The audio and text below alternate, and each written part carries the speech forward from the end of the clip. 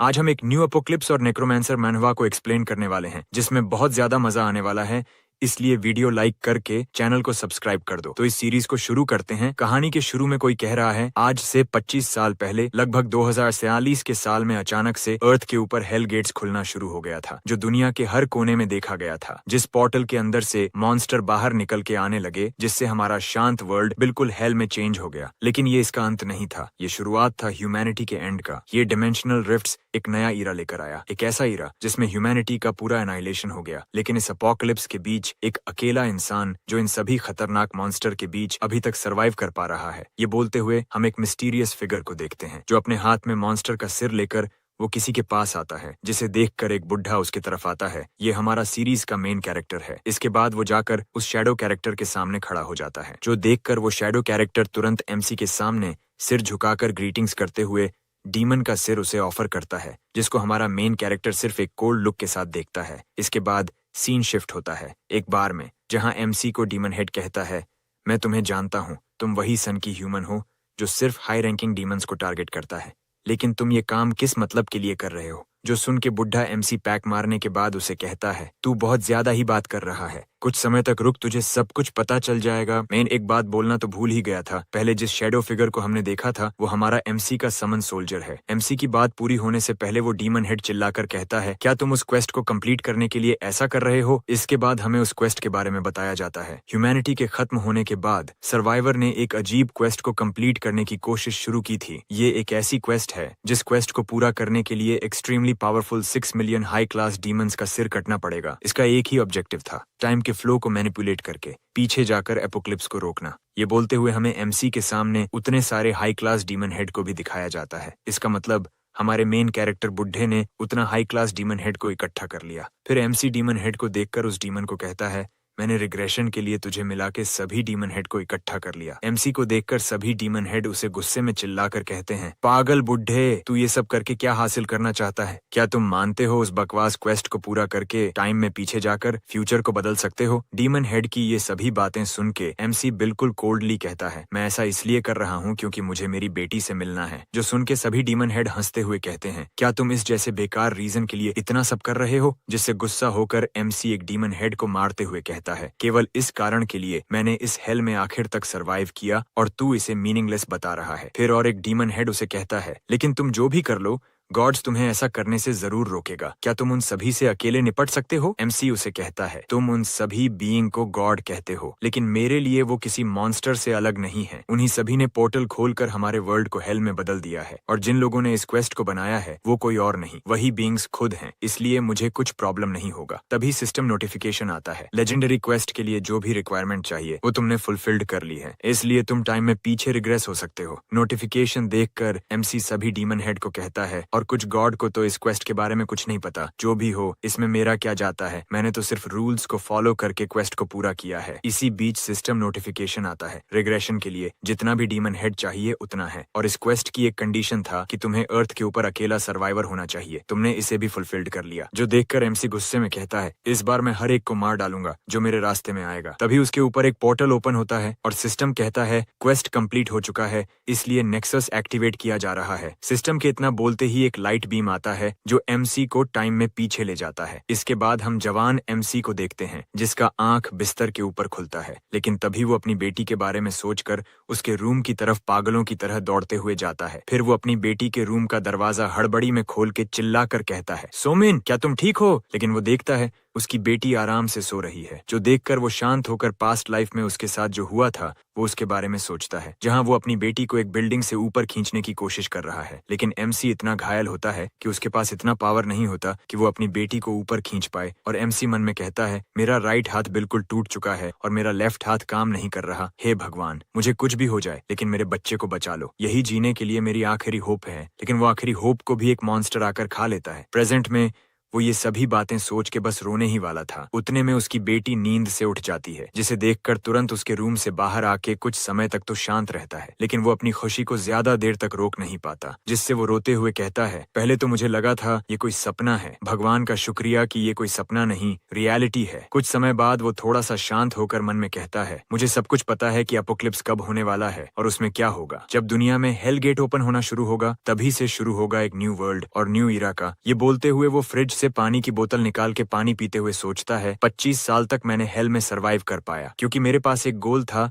कि मुझे कैसे भी करके टाइम में पीछे जाकर मेरी बेटी सोमिन को बचाना है। फिर वो सोमिन अपनी बेटी की तरफ देखकर कहता है, इस बार कुछ भी हो जाए, मैं पहले बार जैसा होने नहीं दूंगा। मैं कुछ भी करके इस बार तुम्हें प्रोटेक्ट करूंगा, मैं इसमें मर ही क्यों ना जाऊं। तभी सिस्टम नोटिफिकेशन देता है, तुमने मैजिक पावर को गेंड किया है और तुम बेसिक लेवल स्पिरिट मैजिक को भी गेंड किया है और तुम्हारा लेवल 1 का स्पिरिट आई एक्टिवेट हो चुका है। नोटिफिकेशन को पाकर वो अपने हाथ के पावर को फील करके कहता है, मुझे तो लगा था मेरा सभी पावर खो दिया, लेकिन कुछ एबिलिटी अभी भी मेरे पास है। इसी बीच सिस्टम नोटिफिकेशन आता है, तुमने बेसिक लेवल स्पिरिट मैजिक को पाया है और कोई स्पिरिट तुम्हें देख रहा है। जो सुन के एमसी अपने मरे हुए वाइफ की फोटो की तरफ देखकर कहता है, सुआ क्या ये तुम हो? जो सुन के उसकी वाइफ का स्पिरिट उसे पीछे से आके गले लगा लेता है। इसके बाद एमसी कहीं जाने के लिए तैयार होकर कहता है, मुझे नहीं पता कैसे रिग्रेशन के बाद भी मैं अपने पावर को वापस पा रहा हूँ। क्या ये टाइमलाइन को मैनिपुलेट करने के लिए हो सकता है और ये रिग्रेशन के लिए भी हो सकता है? फिर वो कहता है, 3 दिन बाद 11 अक्टूबर को अर्थ के ऊपर पहली बार हेल गेट ओपन होना शुरू होगा। लेकिन कुछ लोग ऐसे भी हैं जिन्हें इन सभी के बारे में पहले से ही पता है, जिन्हें 8 गॉड ने चूज किया था, जिन्हें 8 मार्शल स्टार कहते हैं। सभी गॉड के पावर के वजह से वो 8 लोग सभी ह्यूमैनिटी के सेवियर्स के नाम से फेमस था और गॉड्स के पावर के वजह से उन सभी का ग्रोथ किसी भी नॉर्मल हंटर से बहुत ज्यादा था। लेकिन मैं मेरे प्रीवियस लाइफ के एक्सपीरियंस के मदद से मैं सब कुछ हासिल कर सकता हूँ जो सभी मैंने पहले हासिल नहीं किया था। फिर वो एक टनल की तरफ देखकर कहता है, अर्थ के ऊपर एपोक्लिप्स शुरू होने में अभी तक 3 दिन बचा है, तो इस पल से मेरे पावरफुल बनने का शुरुआत होता है। ये बोल के वो उस टनल के अंदर आके कुछ ढूंढते हुए एक दुकान के अंदर जाता है। उसके दुकान के अंदर घुसने से पहले कोई कहता है, कितना अजीब बात है, यहाँ अभी तो किसी को नहीं होना चाहिए था। एमसी उसे कहता है, मुझे जितना लगता है तुम किसी बाहर वाले को यहाँ देख पाओगे, इसे एक्सपेक्ट नहीं किया था। जो सुन के वो आदमी कहता है, इसे छोड़ो, तुम यहाँ किस लिए आए हो? एमसी उसे कहता है, मैं यहाँ कुछ आइटम को खरीदने के लिए आया हूँ। यक्षा सुन के वो आदमी तुरंत एमसी के ऊपर अटैक करके गुस्से में उसे कहता है, मुझसे झूठ बोलने की कोशिश भी मत करना, आखिर तुम्हें मेरे बारे में कैसे पता चला? यहाँ पता चलता है वो कोई इंसान नहीं, एक डीमन है। पहले मैं एमसी का नाम बता देता हूँ, मेन कैरेक्टर का नाम है नामगोंग। फिर नामगोंग यक्ष को कहता है, मैंने सुना था यहाँ मार्शल स्टार का ट्रायल हो रहा है, इसलिए मैं यहाँ आया हूँ, लगता है मैं गलत था। यक्ष उसे कहता है, जरा रुको, क्या तुम्हें कोई यहाँ आने के लिए इनवाइट किया था? तो ये मैटर और भी ज्यादा कॉम्प्लिकेटेड होने वाला है। मुझे लगता है कि 8th मार्शल स्टार का सिलेक्शन अभी तक चल रहा है। जो सुन के नामगोंग कहता है, इसीलिए तो मैं यहाँ पे इतना जल्दी आया हूँ, उस ट्रायल को जीतने के लिए। जो सुन के यक्ष जोर जोर से हंसते हुए कहता है, तुम छोटे से चूहे, तुम जरूर उस लेजेंडरी क्वेस्ट को कंप्लीट करके टाइम में पीछे रिग्रेस हुए हो, नहीं तो तुम्हें इतना सब पता नहीं होता। तुम्हें क्या लगा था मुझे इस जैसे क्वेस्ट के बारे में नहीं पता होगा? मुझे इस क्वेस्ट के बारे में सब कुछ पता है। इस क्वेस्ट की मदद से कैसे तुम टाइमलाइन को मैनिपुलेट करके इस टाइमलाइन में रिग्रेस हुए हो। फिर वो कहता है, तुम्हें क्या लगा था टाइम में पीछे आके तुम अपना मन मुताबिक सब कुछ कर सकते हो? तुम और कुछ भी कर पाओ, उससे पहले मैं तुम्हें मक्खी की तरह मसल के रख दूंगा। तुम्हारा ये वर्ल्ड उन सभी गॉड्स का एक चेस गेम जैसा है, लेकिन तुम्हारे पास वो नॉलेज है जिससे तुम इस गेम को खराब करके उन सभी को पागल बना सकते हो। यक्ष से इतना सब कुछ सुन के नामगोंग उसके हाथ के अंदर 3 छोटी चाकू घुसा के कहता है, तुम्हारे ये गंदे हाथ मुझसे दूर रखो। चाकू लगने की वजह से यक्ष दर्द के मारे चिल्लाते हुए एमसी को छोड़ के थोड़ा सा पीछे जाता है और नामगोंग धूल साफ करते हुए कहता है, मैंने तो ट्राई किया था तेरा हाथ काटने के लिए, लेकिन लगता है अभी मेरा बॉडी इतना स्ट्रांग नहीं है कि मैं तेरा हाथ काट सकूं, क्योंकि मेरे पास कोई स्पेशल आइटम भी नहीं है जिसके मदद से मैं ऐसा पावरफुल अटैक आसानी से कर सकूं। जो सुन के यक्ष एमसी को गाली देने लगता है और नामगोंग उसे कहता है, तुम इतना सब बात कर रहे हो, लेकिन सच्चाई ये है कि तुम्हें रिग्रेशन के बारे में कुछ नहीं पता। तुम जिसे सो कॉल गॉड कहते हो, उन सभी ने ही मुझे ऐसा करने के लिए अलाउ किया था। तुम बोल रहे हो मेरी वजह से गॉड्स का खेल खराब हो सकता है। क्या तुम्हें सच में लगता है मेरे जैसा कोई मॉर्टल के वजह से उन सभी को कोई फर्क भी पड़ सकता है? इतने में यक्ष नामगोंग के ऊपर अटैक करते हुए कहता है, क्या तुम बकवास करने के अलावा रिग्रेशन के बाद फाइट भी कर सकते हो? उतने में नामगोंग उसे जम के एक छांटा मारता है। फिर उसे छांटा मार मार के नामगोंग उसका कुत्ता बना देता है और उसे मारते हुए कहता है, क्या तुम्हारा दिमाग सिर्फ डेकोरेशन के लिए है? रिग्रेशन के लिए मैंने उस क्वेस्ट को कंप्लीट किया जिसको पूरी दुनिया में कोई नहीं कर पाया। मैंने जितने सारे हाई क्लास डीमन को मारा है उतना तुमने अपनी पूरी जिंदगी में नहीं देखा होगा। नामगोंग से मार खा के यक्ष डर के मारे कांपते हुए मन में कहता है, मेरा यक्षा रेस बाकी बीइंग्स के डर को खा के जिंदा रहता है, लेकिन अभी मुझे किसी इंसान से बहुत ज्यादा डर महसूस हो रहा है। ऐसा चलता रहा तो मैं कमजोर बन जाऊंगा। ये बोलते हुए उसका साइज छोटा हो जाता है, जो देखकर नामगोंग मुस्कुरा के उसे कहता है, मैं तुमसे बस 2 सवाल पूछने वाला हूँ। पहला, क्या मेरी दुनिया में हेल गेट खोलने से पहले तुम्हारे साथ के बाकी रेस के मॉन्स्टर इंसान को मार नहीं सकते? क्या ये एक रूल है? और मेरा दूसरा सवाल कुछ नहीं है, मैं बस यहाँ पे यक्ष को देखने इसलिए आया था।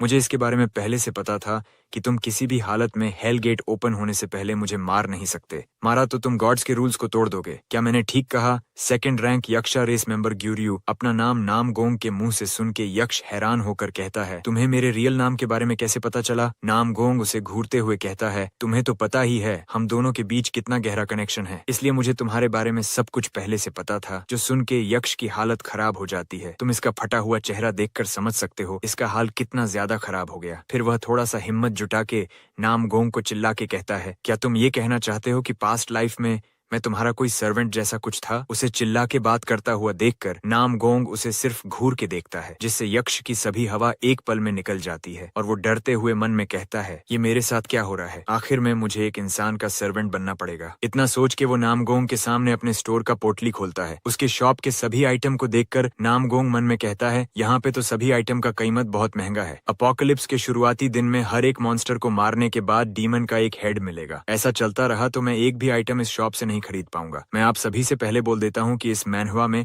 स्टोर में किसी भी आइटम को खरीदने के लिए करेंसी डीमन हेड होता है। फिर नामगोंग कहता है, अभी तो 1 मिलियन डीमन हेड मेरे लिए बहुत ज्यादा है, लेकिन कुछ टाइम के बाद इतना मेरे लिए चिल्लर के सामान होगा। एमसी को इतना सोचता हुआ देखकर वो कहता है, तुम इतने ध्यान से सभी आइटम को क्यों देख रहे हो? तुम्हारे पास तो एक भी डीमन हेड नहीं है। मेरे कहने का मतलब था तुम अभी इसमें से कोई भी चीज खरीद नहीं सकते। तभी नामगोंग उसे एक आइटम को दिखा के कहता है, तुम मुझे इस आइटम को गिफ्ट करो। जो सुन के पहले तो यक्ष शांत रहता है, फिर चिल्ला के कहता है, क्या तुम पागल हो चुके हो? मैं तुम्हें इस आइटम को गिफ्ट क्यों करूं? जो आइटम को नामगोंग ने यक्ष को गिफ्ट करने को कहा था उसका नाम है द यक्षा रेसेस पार्चमेंट। कोई यक्ष किसी को दोस्त बनाना चाहता है तो पहले वो इस आइटम को उसे देता है। आइटम को देखकर यक्ष चिल्ला के कहता है, क्या फ्रेंड कॉन्ट्रैक्ट? इसका प्राइस तो 80,000 डीमन हेड है। पहले तो तुमने मेरे हाथ में 3 चाकू को घुसाया, उसके बाद तुमने मेरे चेहरे के ऊपर कितने सारे चांटे मारे और तुम मुझे बोल रहे हो मैं तुम्हें फ्रेंडली कॉन्ट्रैक्ट वाला आइटम गिफ्ट करूं। मुझे नहीं पता तुम क्या सोच रहे हो, लेकिन मैं तुम्हें गिफ्ट नहीं करने वाला। यहाँ से चले जाओ। जो सुन के नामगोंग उसके हाथ से एक चाकू को बाहर निकाल लेता है, जिससे वह दर्द में कराहते हुए कहता है, तुम्हें क्या लगता है तुम क्या कर रहे हो? नामगोंग कार्टून सा फेस बना के कहता है,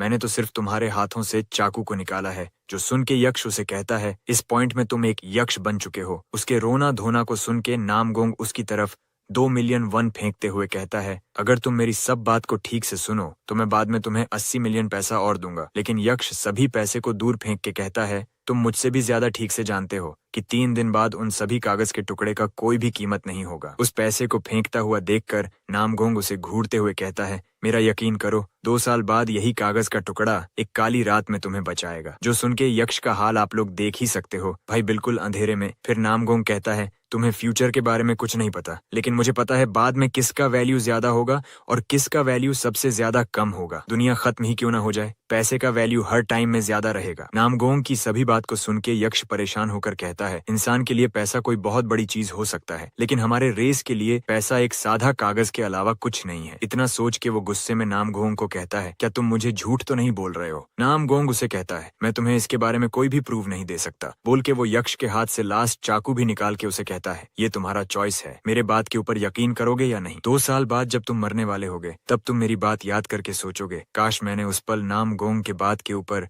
यकीन किया होता तो मुझे ये दिन नहीं देखना पड़ता। चाकू को निकालने की वजह से यक्ष गुस्से में कहता है, मैंने सुना था नागा रेस सबसे बड़े ईवल होते हैं, लेकिन तुम उससे भी बहुत बड़े ईवल हो। बोल के वो फ्रेंड कॉन्ट्रैक्ट नामगोंग को देकर कहता है, तुम इस आइटम के साथ क्या करने का प्लान बना रहे हो? नामगोंग उसे कहता है, मैं इसे मार्शल स्टार ट्रायल को रिकॉर्ड करने के लिए यूज करूंगा। जो सुन के यक्ष पैसा उठाते हुए सोचता है, ये बकवास करने के लिए सबसे आगे है, और नामगोंग से कहता है, मेरे लिए इतना पैसा काफी होगा। मुझे आशा है कि तुम अच्छी तरह जानते हो तुम आगे क्या करने वाले हो। लेकिन तभी वो कुछ देखकर हैरान हो जाता है। देखते हैं नामगोंग उस स्क्रोल को इस्तेमाल करके वहां का स्पेस तोड़ के एक सीक्रेट रूम ओपन करता है और उसके अंदर जाते हुए यक्ष को कहता है, तुम पैसा इकट्ठा कर लो और मैं जाकर गॉड से मिल के आता हूँ। लेकिन वो जैसे ही सीक्रेट रूम के अंदर पैर रखता है उतने में उसके ऊपर एक जबरदस्त प्रेशर आके पड़ता है और पीछे से यक्ष उसे ऐसा करता देखकर उसका हालत खराब हो जाता है। फिर नामगोंग उस प्रेशर को फील करने के बाद भी उस सीक्रेट रूम के अंदर चला जाता है और नामगोंग को फॉलो करते हुए उसके पीछे पीछे यक्ष भी आता है, जिसको फॉलो करता हुआ देखकर नामगोंग उसकी तरफ देखता है, लेकिन यक्ष अपना चेहरा दूसरी तरफ कर लेता है। लेकिन नामगोंग उसे घूरते हुए गुस्से में कहता है, तुम मुझे फॉलो क्यों कर रहे हो? जो सुन के यक्ष घबराते हुए कहता है, मैं अपना काम के लिए यहाँ आया हूँ, इससे तुम्हें क्या? मैं बस ये देखना चाहता हूँ कि तुम्हारी मौत किस तरह होती है। और वो कहता है, क्या मैं तुमसे एक सवाल पूछ सकता हूँ? नामगोंग भी उसे परमिशन दे देता है। परमिशन पाकर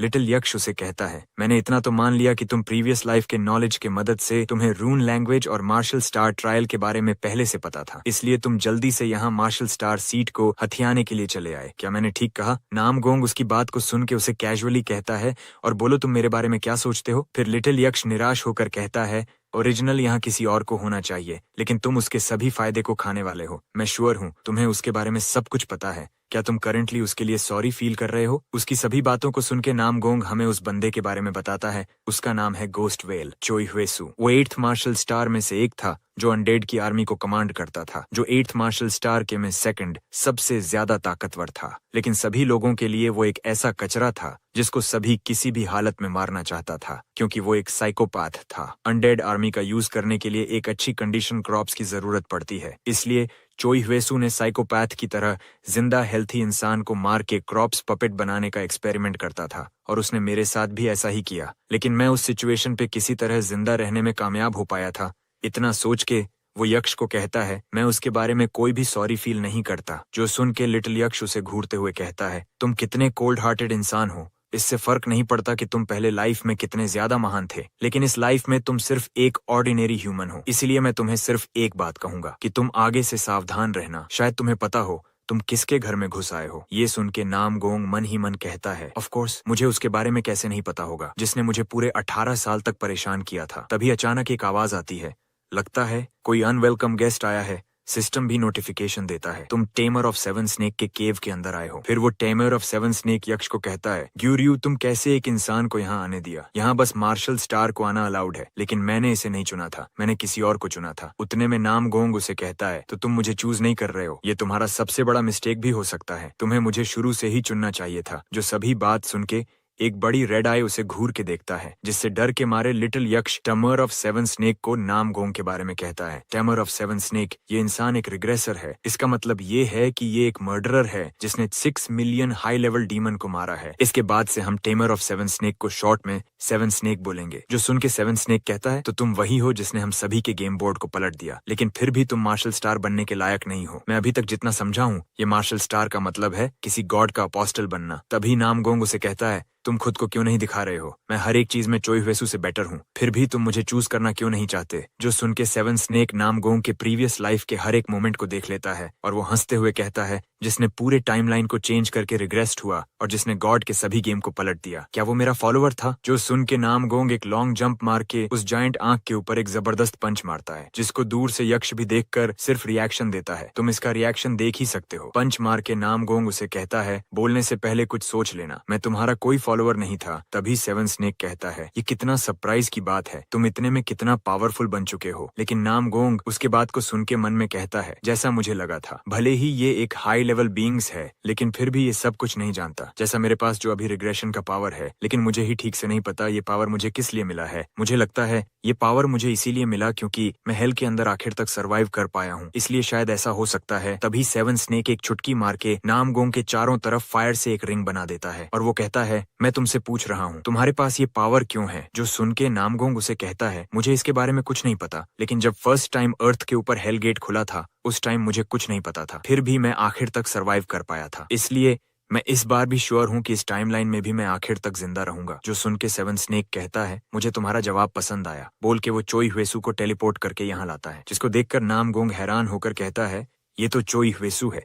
चोई हुएसू भी हैरान होकर कहता है, मैं यहाँ क्या कर रहा हूँ और तुम कौन हो? तुम मेरे नाम कैसे जानते हो? लेकिन इतने में 7 स्नेक उसे पिचका के मार के नामगोंग को कहता है, मैं मेरा अपोस्टल किसी और को बनाने वाला हूँ। मैंने मार्शल स्टार को चेंज करके अपोस्टल कर दिया। मार्शल स्टार कैसा अजीब लगता है। फिर 7 स्नेक टेमर हंसते हुए कहता है, नामगोंग मैं तुम्हें अपना अपोस्टल चूज करता हूँ। तभी सिस्टम नोटिफिकेशन आता है, the tamer of the 7 snake तुम्हें एक्नॉलेज किया है। इसी बीच नामगोंग के पैर के नीचे एक फॉर्मेशन ओपन हो जाता है और सिस्टम नोटिफिकेशन देता है, तुम सक्सेसफुली स्नेक टेमर का अपोस्टल बन चुके हो और अपोस्टल बनने से तुम स्नेक स्टोर ओपन कर सकते हो, जो देखकर नामगोंग भी मुस्कुरा के मन में कहता है तो चलो इसे शुरू करते हैं। इसके कुछ समय बाद स्नेक टेमर नामगोंग को स्नेक ट्रेजर में लेके आता है और उस ट्रेजर के 3 दरवाजा होता है और उसे स्नेक टेमर कहता है, मैं अभी तुम्हारे लिए सिर्फ कॉपर का दरवाजा ही खोल सकता हूँ। तुम्हें उस रूम के अंदर से जो भी आइटम पसंद आएगा उसे तुम ले लेना, क्योंकि तुम मेरे अपोस्टल बन चुके हो। इसका मतलब एपोक्लिप्स के टाइम पे तुम्हें ह्यूमन रेस को लीड करना पड़ेगा। लेकिन इतने में नामगोंग उसे कहता है, क्या ये अपोस्टल कॉन्ट्रैक्ट सेरेमोनी तुम सभी गॉड्स के लिए कोई फेस्टिवल जैसा है? जो सुन के स्नेक टेमर कहता है, नहीं ऐसा कोई बात नहीं है। लेकिन नामगोंग उसके बात को सुन के मन में कहता है, ये तो बस शुरुआत है मेरे पावरफुल बनने का। इसके बाद मुझे पूरा ताकत लगाकर सभी को प्रोटेक्ट करना पड़ेगा। इतना सोच के वो दोनों ट्रेजर के सिल्वर गेट खोल के अंदर चला जाता है, जिनको जाता हुआ पीछे से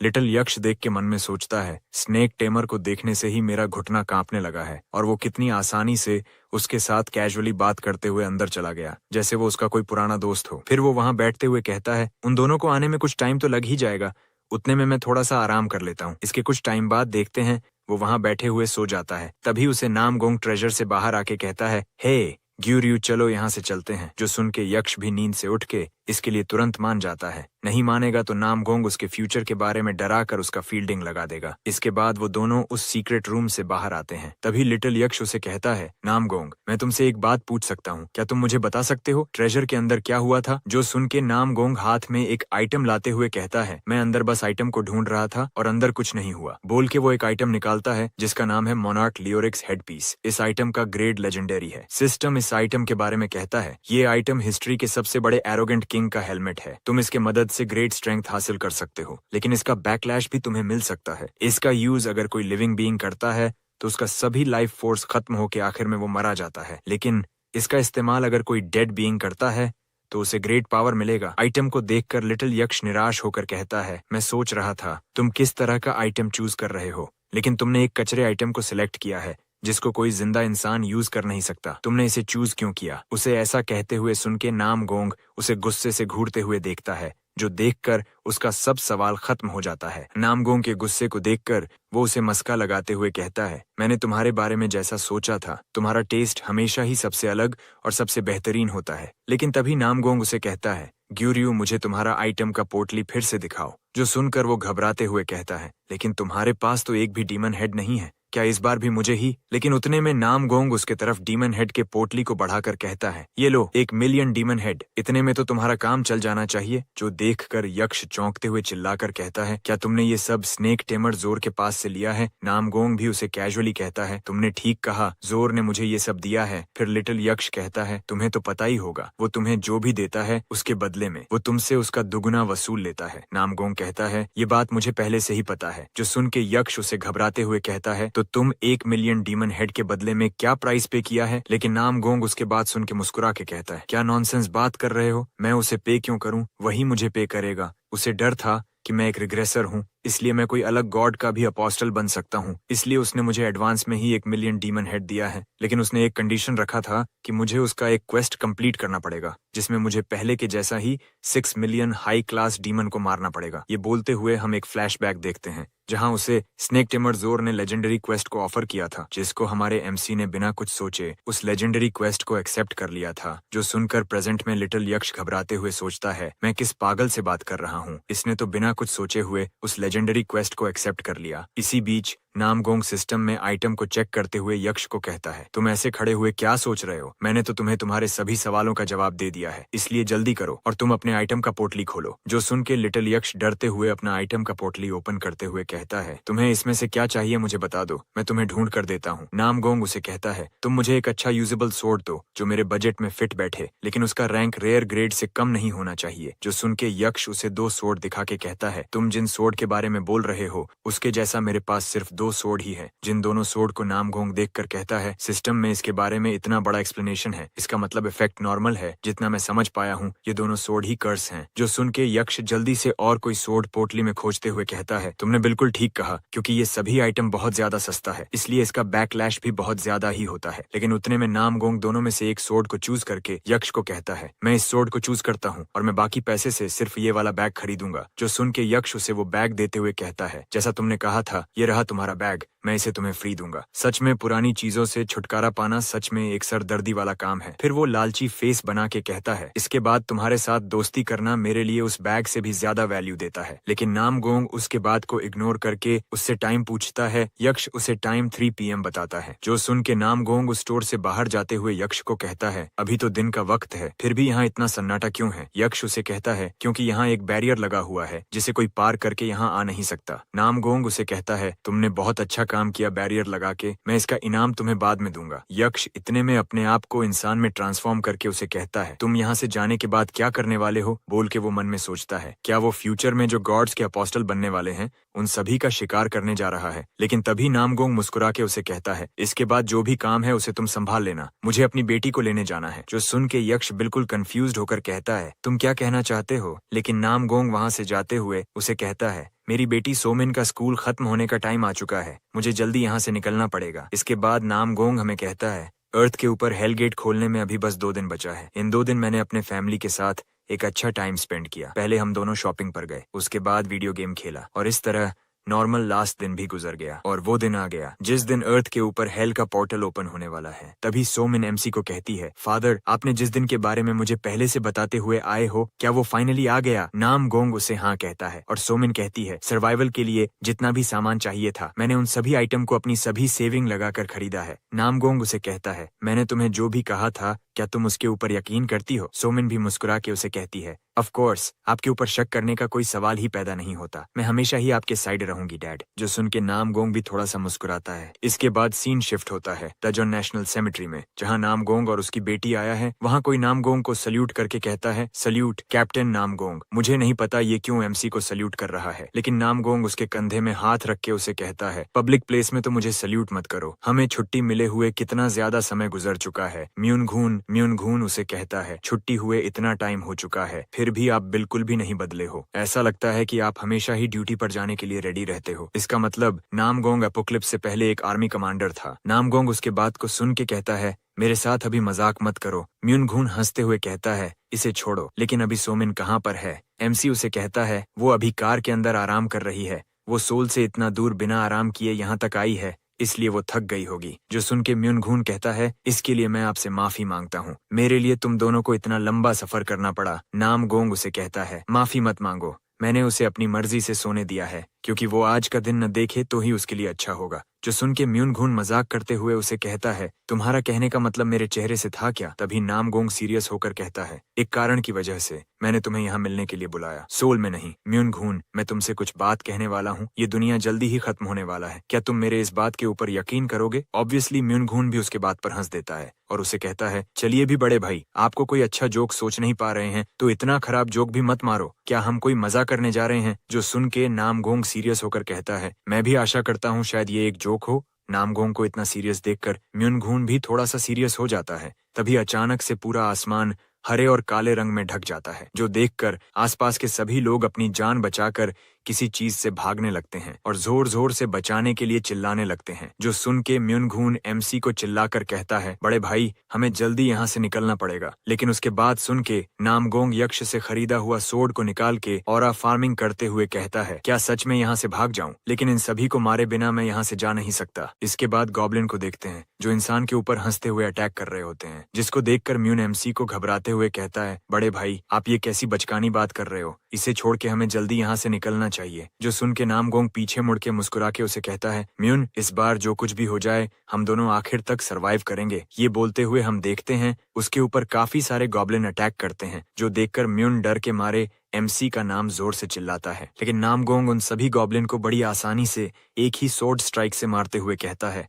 म्यून तुम जल्दी जाकर सोमिन की प्रोटेक्शन करो। उसे इतनी आसानी से मॉन्स्टर को मारता हुआ देखकर वो कहता है, आप बड़े भाई इस सिचुएशन में क्या प्लानिंग कर रहे हो? लेकिन नामगोंग उसे एक सीरियस लुक से देखकर कहता है, प्लीज मेरे ऊपर यकीन करो और मेरी बात को सुनो। उसके बाद के गहराइयों को समझ के म्यून इसके लिए तुरंत मान जाता है। इसके बाद आसपास देखते हैं जहाँ एक लड़की को गॉब्लिन बस मारने ही वाला था कि तभी वहाँ नामगोंग आके उसे बचा लेता है और वो आसमान में ऊपर एक आंख को देखता है जिसके अंदर से सभी मॉन्स्टर बाहर आ रहा है। तभी हम एक फ्लैशबैक देखते हैं जहां उसे स्नेक टैमर जोर कहता है, क्योंकि तुम मेरे अपोस्टल बन चुके हो, इसीलिए मैं तुम्हें एक एडवाइस देना चाहता हूँ। तुम ही अकेले ऐसे इंसान हो जिसने लाइफ और डेथ को समान तरीके से फील किया है। अगर तुम किसी को बचाने के लिए हमेशा फाइट करते रहोगे, उस टाइम में तुम्हारी वजह से भी बहुत सारे लोग मर जाएंगे। फिर वो क्रेजी तरीके से हंसते हुए कहता है, इसलिए तुम्हें हमेशा सेल्फिश होकर काम करना पड़ेगा। यही एक ऐसा रास्ता है जिसके ऊपर द स्नेक टैमर की अपोस्टल को चलना पड़ेगा। मुझे फर्क नहीं पड़ता तुम क्या सोचते हो, फिर भी तुम्हें इस पाथ के ऊपर चलना ही पड़ेगा। प्रेजेंट में वो ये सब सोच के मन में कहता है,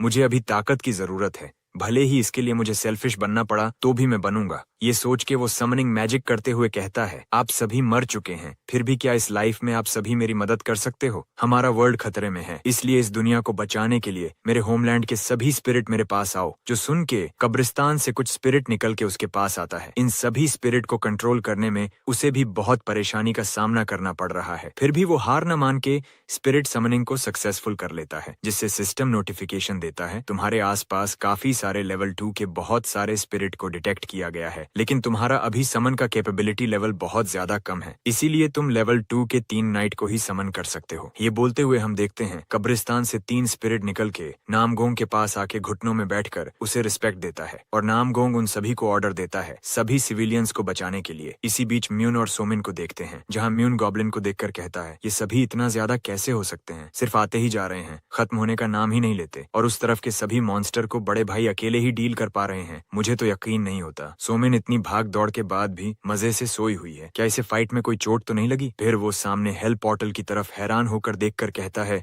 क्या यहाँ कोई मजाक चल रहा है? हमें इन सभी मॉन्स्टर को हराना पड़ेगा। तभी उसके ऊपर पीछे से एक गॉब्लिन मॉन्स्टर स्नीक अटैक करता है, लेकिन उतने में नामगोंग का शैडो मॉन्स्टर आके उस गॉब्लिन को एक सोर्ड स्ट्राइक में 2 हिस्सों में बांट देता है, जिसे देखकर वो खुशी से पीछे मुड़ के कहता है, क्या बड़े भाई आ चुके हैं? फिर वो नामगोंग से पूछता है, बड़े भाई ये सभी मॉन्स्टर कौन हैं और ये सभी क्यों हमारे ऊपर इस तरीके से अटैक कर रहे हैं? नामगोंग उसे कहता है, मैं बाद में तुम्हें इसके बारे में सब कुछ डिटेल में बता दूंगा, लेकिन पहले तुम इस सोर्ड को ले लो। मैंने बहुत सारे गॉब्लिन को मार दिया है, फिर भी आसपास काफी ज्यादा गॉब्लिन अभी तक मौजूद हैं। म्यून, तुम पहले केंडो के चैंपियन रह चुके हो, इसलिए तुम इस सिचुएशन को हैंडल कर सकते हो। जो सुन के म्यून सोर्ड को लेते हुए कहता है, मैंने अपने मास्टर को प्रॉमिस किया था कि मैं कभी सोर्ड नहीं पकड़ूंगा, लेकिन अभी सिचुएशन को देखकर मुझे ऐसा करना ही पड़ेगा। फिर वो सोर्ड को पकड़ के चिल्ला के कहता है, मास्टर आप अपने इस बेकार डिसाइपल को माफ कर देना, आपको दिया हुआ वादा तोड़ने के लिए, लेकिन अभी मुझे ऐसा करना ही पड़ेगा, इसलिए आप बाद में मुझे पनिश कर सकते हो। ये बोलते हुए अचानक वो कार्टून सा फेस बना के एमसी से पूछता है, बड़े भाई क्या आप इस सोर्ड का नाम बता सकते हो? इसके बाद कुछ लोगों को देखते हैं जो मॉन्स्टर से बचने के लिए एक ऊंची दीवार के ऊपर जाकर छुप जाते हैं, लेकिन एक बच्चा ऊपर आ नहीं पाता, जो देखकर उसकी मदर रोते हुए चिल्लाने लगती है। उसे पीछे से एक आदमी रोकते हुए कहता है, तुम यहाँ जा नहीं सकती, तुम वहाँ चली गई तो बच्चे के साथ तुम भी मर जाओगी। तभी उस छोटे बच्चे के पीछे एक गॉब्लिन आके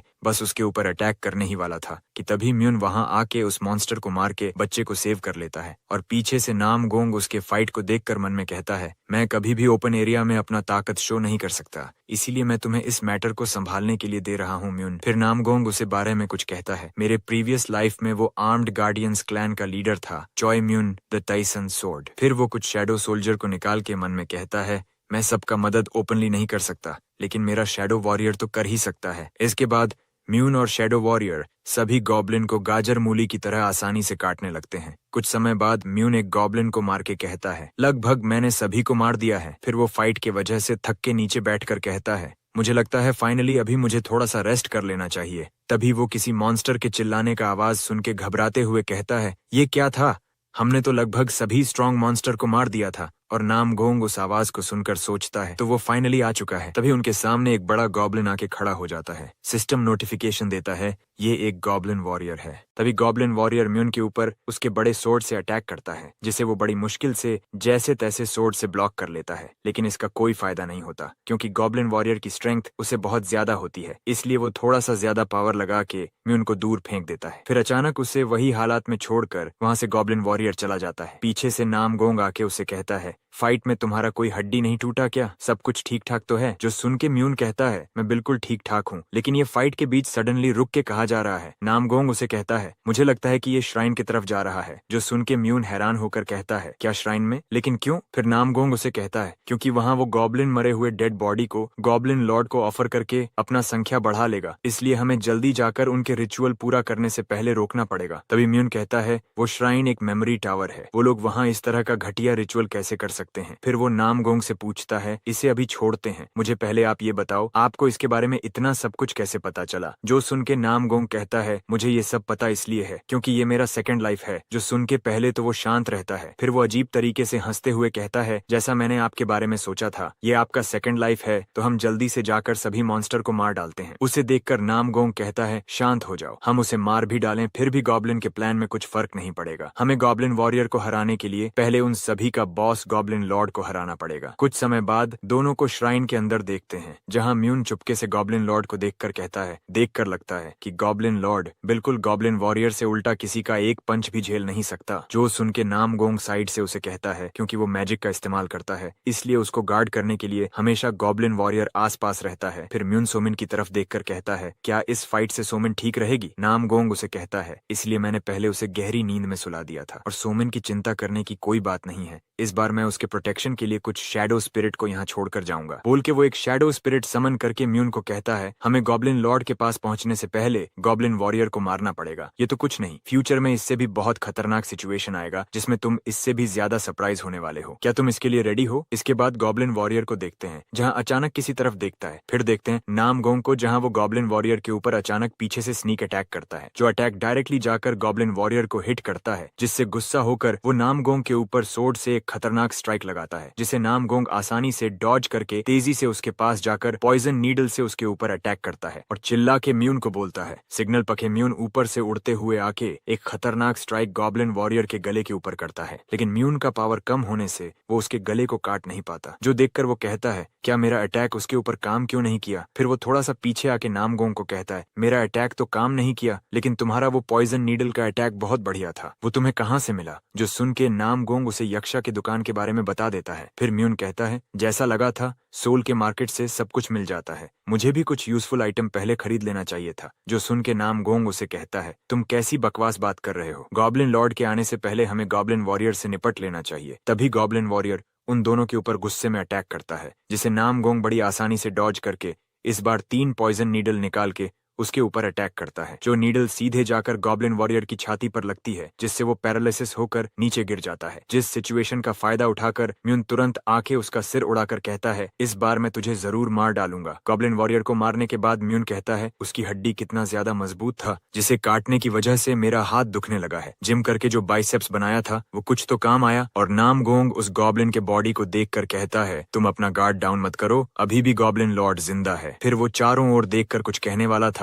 तभी अचानक से म्यून को चिल्ला के कहता है, तुम्हारे साइड में देखो, वहाँ गॉब्लिन लॉर्ड है। लेकिन उतने में गॉब्लिन लॉर्ड म्यून के ऊपर पीछे से अटैक कर देता है, जिसके बारे में उसे कुछ पता ही नहीं होता। लेकिन तभी गॉब्लिन लॉर्ड के उस अटैक को नामगोंग के एक शैडो सोल्जर आके रोक लेता है। लेकिन अटैक इतना पावरफुल था, जिसे रोकने की वजह से वो शैडो सोल्जर डिस्ट्रॉय हो जाता है। जो देख के नामगोंग मन में कहता है, जैसा मैंने सोचा था, ये सभी shadow soldier low grade spirit है, इसीलिए इनको हराना सभी के लिए बहुत ज्यादा ही आसान है। सिस्टम भी नोटिफिकेशन देता है, तुम्हारे पास अभी 2 समन्ड स्पिरिट सोल्जर हैं। और तभी म्यून गुस्से में गॉब्लिन लॉर्ड को गाली देते हुए उसके ऊपर अटैक करता है, जिसे गॉब्लिन लॉर्ड बड़ी आसानी से शील्ड बना के ब्लॉक करके उसके ऊपर काउंटर अटैक करके म्यून को दूर फेंक देता है। अटैक को देखकर वो कहता है, ये कैसा अटैक था? नामगोंग उसे पीछे से कहता है, ये उसके शील्ड का स्पेशलिटी है, ये कोई एडवांस मैजिक स्पेल नहीं था, फिर भी अभी के लिए इस मैजिक को देखना किसी रेयर चीज से कम नहीं है। जो सुन के म्यून कहता है, उसका शील्ड इतना स्पेशल है तो हम इसे कैसे हराएंगे? नामगोंग उसे जवाब देता है, इसका सिर्फ एक ही जवाब है, तुम्हें ताकत लगा के उसके शील्ड को क्रश करना पड़ेगा। जो सुन के हैरान होकर म्यून बोलता है, अभी हम दोनों का जो स्ट्रेंथ है उसे मिला भी दें तब भी हम उसके शील्ड को तोड़ नहीं पाएंगे। लेकिन उतने में नामगोंग उसे यक्ष का कर्स सोड देते हुए कहता है, तुम जितने का कोई रास्ता नहीं देख पा रहे हो तो इसे सोड के ऊपर छोड़ दो। फिर म्यून उस कर्स सोड को लेकर कहता है, मैं समझ नहीं पाया तुम क्या कहना चाहते हो, लेकिन सुनने में अच्छा लग रहा है। तभी नामगोंग उसे कहता है, ये एक कर्स्ड सोड है जिसके अंदर एक सोल बंधा हुआ है। फिर वो सीरियस होकर उसके कंधे के ऊपर हाथ रख के कहता है, कुछ भी हो जाए सोर्ड को कभी भी मत छोड़ना। तभी सिस्टम नोटिफिकेशन देता है, रीबल 2 की स्पिरिट तुम्हें देख रहा है। दूर से गोब्लिन लॉर्ड उन दोनों को ऐसा करता हुआ देखकर वो बाकी गोब्लिन को उनके ऊपर अटैक करने को भेजता है। गोब्लिन को देखकर नामगोंग एक छोटी सी ब्लेड निकालता है जिसे एक गोब्लिन के ऊपर मारता है, जिससे वो ब्लेड ब्लास्ट होकर बहुत सारे गोब्लिन को एक बार में मार देता है। जो देखकर नामगोंग मन में कहता है, मैं तुम्हारे लिए बहुत कुछ कर दिया हूँ, बाकी कीड़े मकोड़े को तुम्हें ही साफ करना पड़ेगा म्यून। तभी म्यून को देखते हैं जिसके ऊपर कर्स हबी होने लगता है और सिस्टम नोटिफिकेशन आता है,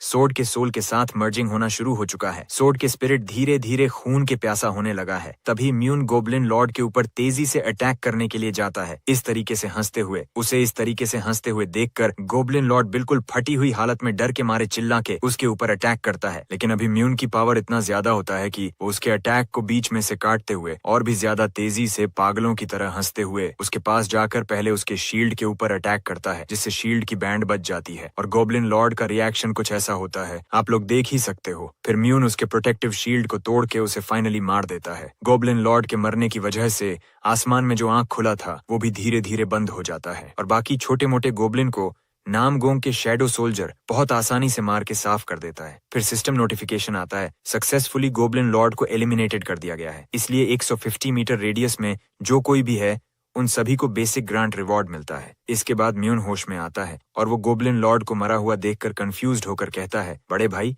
ये मॉन्स्टर कैसे अचानक से मारा गया और वो सभी खजाने का बॉक्स अचानक से कैसे यहाँ आ गया। जो सुन के नामगोंग उसे कहता है, तुमने ही उन सभी को मारा है और ये उसी का ही रिवॉर्ड हमें मिला है, तुम यहाँ आके देख लो क्या आइटम तुम्हें पसंद आता है। इसके बाद कुछ आइटम जैसे गोब्लिन लॉर्ड का ऑर्नामेंट्स, गोब्लिन लॉर्ड का फेवरेट और गोब्लिन लॉर्ड का ब्रेसलेट, उन 3 आइटम को म्यून लेता है और वो कहता है, देखकर लगता है कि ये सभी आइटम बहुत बढ़िया होंगे, इसलिए सभी को बड़े भाई तुम्हें ही ले लेना चाहिए। नामगोंग उसे कहता है, नहीं, मुझे ये आइटम की जरूरत नहीं है, तुम ही उन सभी आइटम को यूज करो क्योंकि मैंने कुछ अलग आइटम को चूज किया है। तभी सिस्टम नोटिफिकेशन आता है, तुमने गोब्लिन लॉर्ड का हार्ट जिसका ग्रेड है रेयर, जिसे देखकर म्यून हैरान होकर कहता है, आइटम को देखकर ही पता लग रहा है ये एक बढ़िया आइटम है। तभी नामगोंग उस हार्ट को छोटा करते हुए कहता है, तुमने ठीक कहा, इसमें कोई शक की बात नहीं है कि ये एक बढ़िया आइटम है। फिर भी जिसके पास जन्म से मैजिक का इनेट टैलेंट नहीं है उसके लिए ये वैल्यूएबल आइटम भी कचरे के अलावा कुछ नहीं है। फिर वो गोब्लिन हार्ट को इन्वेंट्री में रखते हुए सोचता है, जब अगली बार हेल गेट खुलेगा तब मैं किसी के साथ हाई प्राइस में एक्सचेंज कर लूंगा। तभी अचानक सिस्टम नोटिफिकेशन देता है, एक टैलेंटेड मैजिक यूजर को डिटेक्ट हुआ है, क्या तुम उसके रिवॉर्ड के साथ इसे ट्रेड करना चाहोगे।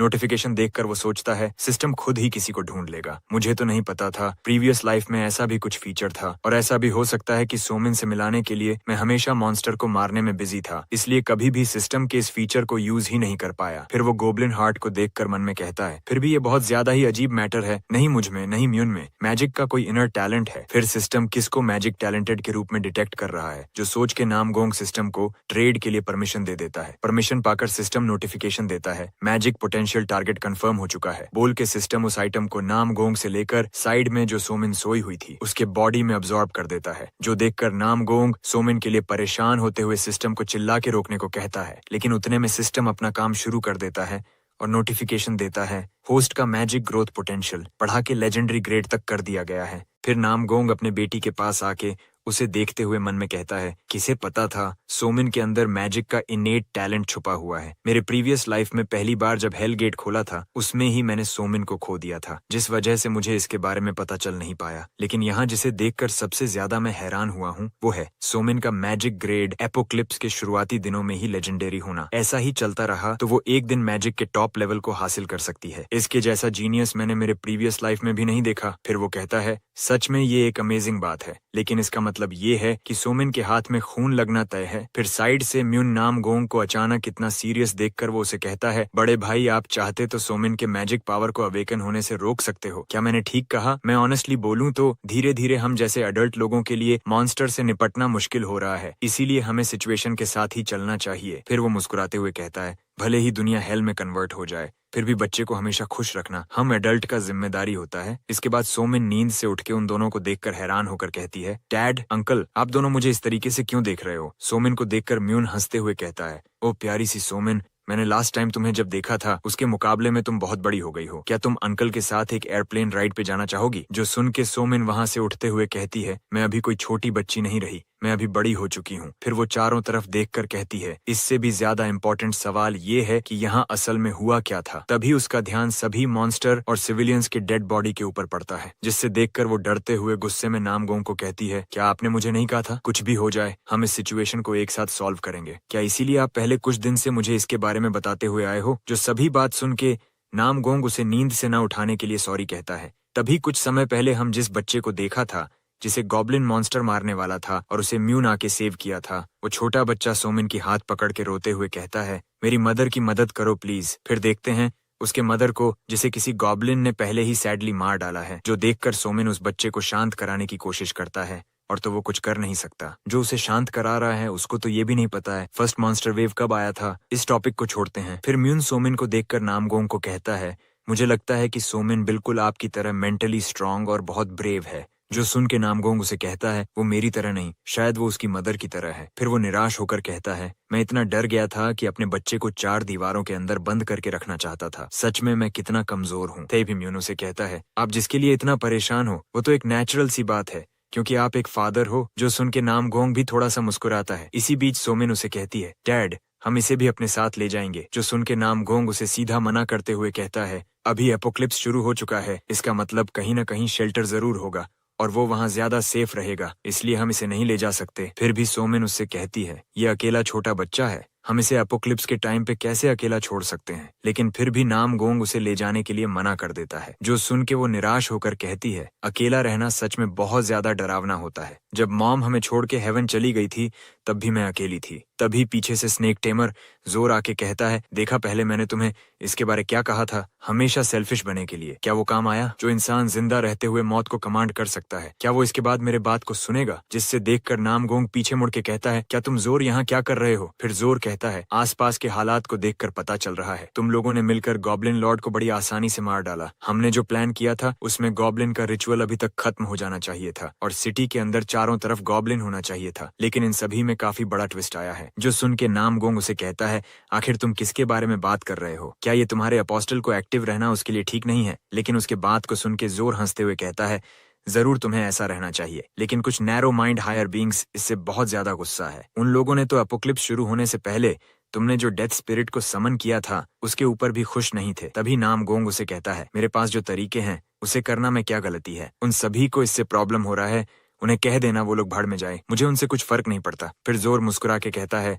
वो सभी की बात बिल्कुल ठीक है। फर्स्ट हेल गेट खत्म होने के बाद यहाँ चारों ओर डिस्ट्रक्शन होना चाहिए था, लेकिन यहाँ तो कुछ और ही चल रहा है। नामगोंग उसे कहता है, असल में तुम किस मैटर के बारे में बात कर रहे हो? जो सुन के जोर बोलता है, यहाँ कुछ भी बैलेंस नहीं है। तुम मरे हुए बीइंग्स की पेट्रियोटिक सोल्स को कंट्रोल कर सकते हो और तुम एंशिएंट गॉड और हीरो का भी पावर को इस्तेमाल कर सकते हो। क्या मैं कुछ गलत बोल रहा हूँ? फिर नामगोंग उसे कहता है, तुम इसके बाद मुझे सभी रूल्स के बारे में बताओ। उससे पहले मैं तुम्हें बोल दूं, मेरा स्टेटस अभी लो है, इसलिए तुम मुझे किस तरीके से डिफेंड करोगे उसके बारे में सोच लो। जो सुन के जोर कहता है, मुझे लगा ही था तुम मुझे कुछ ऐसी बात बोलोगे, इसलिए मैं तुम्हारे लिए एक ऑफर को लेकर आया हूँ। नामगोंग कहता है, क्या एक ऑफर? वो भी मेरे लिए? तुम्हारा ऑफर क्या है? फिर जोर कहता है, मेरा ऑफर बिल्कुल सिंपल है, एक जिंदगी के बदले एक जिंदगी। तुमने पहले ही बहुत ज्यादा रूल्स को तोड़ दिया है, इसलिए तुम्हें इसका प्राइस तो पे करना ही पड़ेगा। नेचुरली रूल को जो भी फॉलो नहीं करता उन सभी को कुछ न कुछ सजा भुगतना पड़ता है, लेकिन इसमें थोड़ा दोस्त हम लोगों का भी है, इसलिए तुम्हारी सजा को एक जिंदगी से खत्म करेंगे। बोल के वो सोमिन के पास जो छोटा बच्चा है उसे दिखा के कहता है, उस लड़की के पास जो छोटा बच्चा है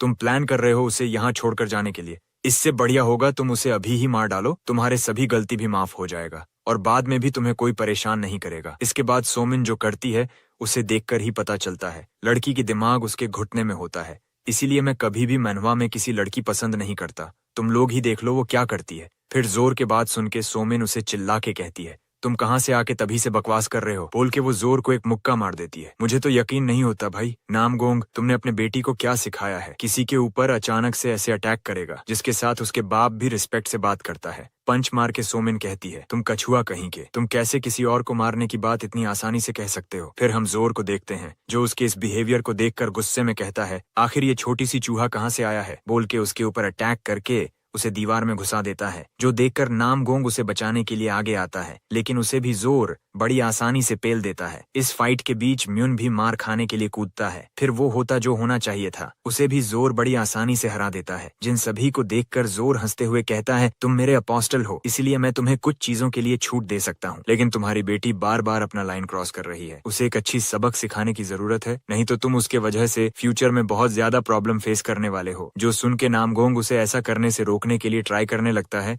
लेकिन वो उसके पकड़ से खुद को छुड़ा नहीं पाता। ठीक है, अब मेरा ऑफर थोड़ा चेंज हो गया है। तुम उसे अनजान बच्चे की लाइफ को चूज करोगे या तुम्हारे बेटी और दोस्त की लाइफ को? तुम्हें कोई भी एक ऑप्शन को चूज करना पड़ेगा। जो सुन के नामगोंग पहले तो उसे चिल्ला के गाली देता है, फिर देखते हैं वो गॉब्लिन लॉर्ड के हार्ट को उसके तरफ फेंकता है। इसका मतलब वो अभी तक इसे सोमिन को नहीं दिया था, छुपा के रखा था। तभी गॉब्लिन लॉर्ड के हार्ट अपने आप ही सोमिन के बॉडी अंदर अब्सॉर्ब होने लगता है। जो देखकर जोर हंसते हुए कहता है, मुझे पता ही था ये वो लड़की ही होगा। जो देखकर नामगोंग गुस्से में मन में कहता है, जैसा मुझे लगा था वो सभी सोमिन के बारे पहले से सब जानते थे, फिर भी इसे चेक करने के लिए इस सिचुएशन क्रिएट किया। फिर वो थोड़ा सा शांत होकर सोमिन को कहता है, सोमिन मुझे माफ करना, मैं तुम्हें हमेशा ही इन सभी सिचुएशन से दूर रखना चाहता था। तुम्हारे साथ जो हो रहा है वो सभी मेरा फॉल्ट है। जो सुन के सोमिन कहती है, फादर ये इसमें आपका कोई फॉल्ट नहीं है और फ्यूचर में भी आप कभी भी गलत नहीं हो सकते। मैं हमेशा ही आपके सभी बात के ऊपर ट्रस्ट करूंगी। तभी अचानक से उसकी मदर का स्पिरिट आगे उसे जोर के पावर से छुड़ा देती है। फिर सिस्टम नोटिफिकेशन देता है वो सोल सोमिन की अवेकिंग में कंट्रीब्यूट कर रही है। मैजिक पावर है, ट्रांसफॉर्मेशन और परसेप्शन मैजिक, जो देखकर नामगोंग भी कुछ समय के लिए हैरान हो जाता है। फिर सोमिन दोनों हाथ से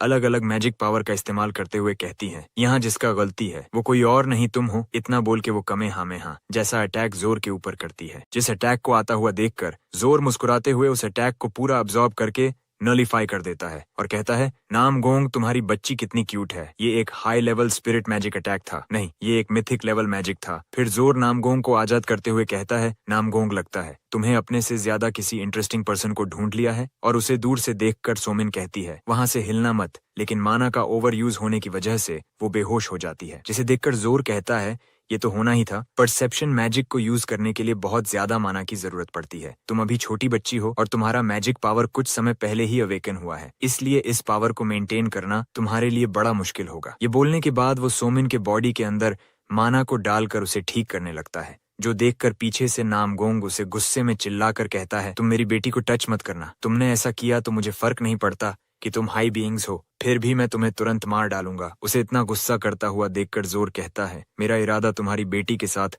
शुरू से कुछ गलत करने का नहीं था, मैं तो सिर्फ उसका हेल्प ही करना चाहता हूँ। बोलकर वो सोमिन के अंदर माना को इंजेक्ट करके उसे ठीक कर देता है। फिर वो कहता है, तुम्हें अपनी बेटी को शुक्रिया कहना चाहिए। मुझे लगता है सभी हाई बीइंग्स इसे पसंद करने लगे हैं, इसलिए वो तुम्हें इस बार जाने देंगे। इसका मतलब तुम समझ चुके हो। तुम्हें अभी से सिर्फ मॉन्स्टर से नहीं, उन सभी हाई बीइंग्स से भी जो इसके पावर को देखकर लालच कर रहे हैं, उनसे भी अपनी बेटी को प्रोटेक्ट करना पड़ेगा। जो सुनकर नामगोंग उसे कहता है, और मैं तुम्हें बोल देता हूँ, एक हाई बीइंग्स होकर मेरे ऊपर इस तरह से नजर नहीं रखनी चाहिए। क्या मैंने ठीक कहा? जो सुनकर जोर उसके तरफ एक पिल फेंकता है जिसका नाम है गॉब्लिन सिटाडेल क्रिस्टल बॉल। फेंक के कहता है, ये क्रिस्टल को गॉब्लिन की रिचुअल पूरा होने के बाद बनना चाहिए था, लेकिन तुम्हारी वजह से ऐसा हो नहीं पाया, इसलिए हाई बीइंग्स ने तय किया था तुम्हें इस आइटम को देने के लिए, लेकिन पहले मैंने सभी को मना कर दिया था। लेकिन इस बार मैं तुम्हें इसका रिवॉर्ड दे देता हूँ। क्या ऐसा करके मैं तुम्हारा एक अच्छा कॉन्ट्रैक्ट गॉड बन पाऊंगा? फिर वो वहां से जाते हुए कहता है, मैं आगे भी तुम्हें इस तरह देखता रहूंगा, मेरी जीत तक तुम्हें जिंदा रहना पड़ेगा। बोल के वो वहां से चला जाता है। जोर के चले जाने के कुछ समय बाद सोमिन नींद से अचानक उठकर हड़बड़ी में कहती है, मैं यहाँ पर क्या कर रही हूँ? मैं श्योर हूँ कि मैं जोर के साथ फाइट कर रही थी। जो सुनकर म्यून उसे कहता है, बिल्कुल, तुम उसके साथ फाइट में माना ओवरलोड की वजह से बेहोश हो गई थी। फिर सोमिन कहती है, आपने ठीक कहा, लेकिन वो बच्चा कहाँ गया? क्या वो हमारे साथ नहीं आया है? तभी म्यून उस बच्चे के बारे में सोचकर उसे कहता है, क्या वो बच्चा जिसका नाम होसोंग था? बड़े भाई ने उसे दाजेओन के एक शेल्टर में रखकर आया है। जो सुनकर सोमिन गुस्से में नामगोंग के बाल खींचते हुए कहती है, मैंने आपसे कहा था उसे हमारे साथ लाने के लिए। फिर नामगोंग कहता है, हमारे साथ आने से ज्यादा उसके लिए दाजेओन शेल्टर बहुत ज्यादा सेफ होगा। और वो मन में कहता है, आर्मी सोल्जर जिन सोह्युक, उसके वजह से दाजेओन शेल्टर पूरे साउथ कोरिया के अंदर सबसे ज्यादा सेफ प्लेस है। फिर वो सोमिन से कहता है, दाजेओन के अंदर जिन सोह्युक नाम का एक आदमी रहता है जिसे मैं अपनी प्रीवियस लाइफ से जानता हूँ और उस पर मैं पूरा ट्रस्ट भी करता हूँ, इसलिए तुम्हें दूसरों के बारे में नहीं सोचना चाहिए। जो सुनकर सोमिन कहती है, आप कह रहे हो दाजेओन शेल्टर एरिया सेफ है, तो हम वहाँ क्यों नहीं चले जाते? तभी नामगोंग कहता है, क्योंकि सोल के अंदर फर्स्ट हेल गेट ओपन होने के बाद कुछ न्यू पोर्टल ओपन हो गया था जिसे डंजन कहते हैं। अगर हम कोई बड़ी डिजास्टर को रोकना चाहते हैं तो इसके लिए पहले हमें किसी डंजन को क्लियर करके उसका रिवॉर्ड हासिल करना पड़ेगा। तभी म्यून उससे पूछता है, बड़े भाई नामगोंग, क्या आप हायर बीइंग के अपोस्टल हो? नामगोंग इसका जवाब हाँ देता है। जवाब पाकर वो कहता है, तो इसके बाद हमें अभी क्या करना चाहिए? जो सुनकर नामगोंग बाहर देखते हुए कहता है, ज्यादा कुछ नहीं, सिर्फ ताकत पर बनने के ऊपर ध्यान देना पड़ेगा। तभी रेडियो से आवाज आती है, आज का ब्रेकिंग न्यूज, अपोक्लिप्स की वजह से 4-5 ट्रेन पटरी से उतरकर सड़क में आ चुकी है, इसलिए आज चारों तरफ रास्ता ब्लॉक रहेगा और जरूरत न हो तो घर से मत बाहर निकलना। जो सुनकर म्यून नामगोंग को कहता है, बड़े भाई लगता है हाईवे से सोल जाना बहुत ज्यादा मुश्किल होगा। मैं एक स्ट्रांग आदमी हूँ, लेकिन हमारे साथ सोमिन भी है, इसलिए हमें नेशनल वे से जाना पड़ेगा। तभी उनकी कार के ऊपर अचानक एक गॉब्लिन उड़ते हुए आकर टकराता है, जो देखकर म्यून चिल्लाकर कहता है, सोमिन क्या तुम ठीक तो हो? सोमिन कहती है, बिल्कुल मुझे कुछ नहीं हुआ। फिर नामगोंग कार से बाहर आकर मन में कहता है, लगता है कुछ बदमाश लोग आसपास घूम रहे हैं। तभी उसके पास से एक एरो बहुत तेजी से जाकर उसके पीछे एक गॉब्लिन को लगता है। जिसने वो एरो चलाया था वो लड़का नामगोंग से इसके लिए माफी मांगते हुए कहता है, आपके पीछे से अचानक एक मॉन्स्टर भागते हुए आ रहा था, इसलिए मैंने गड़बड़ी में उसके ऊपर अटैक कर दिया। इससे आपको कुछ परेशानी हुई तो मुझे माफ कर देना। फिर नामगोंग उसे देखकर कहता है, बात करने से पहले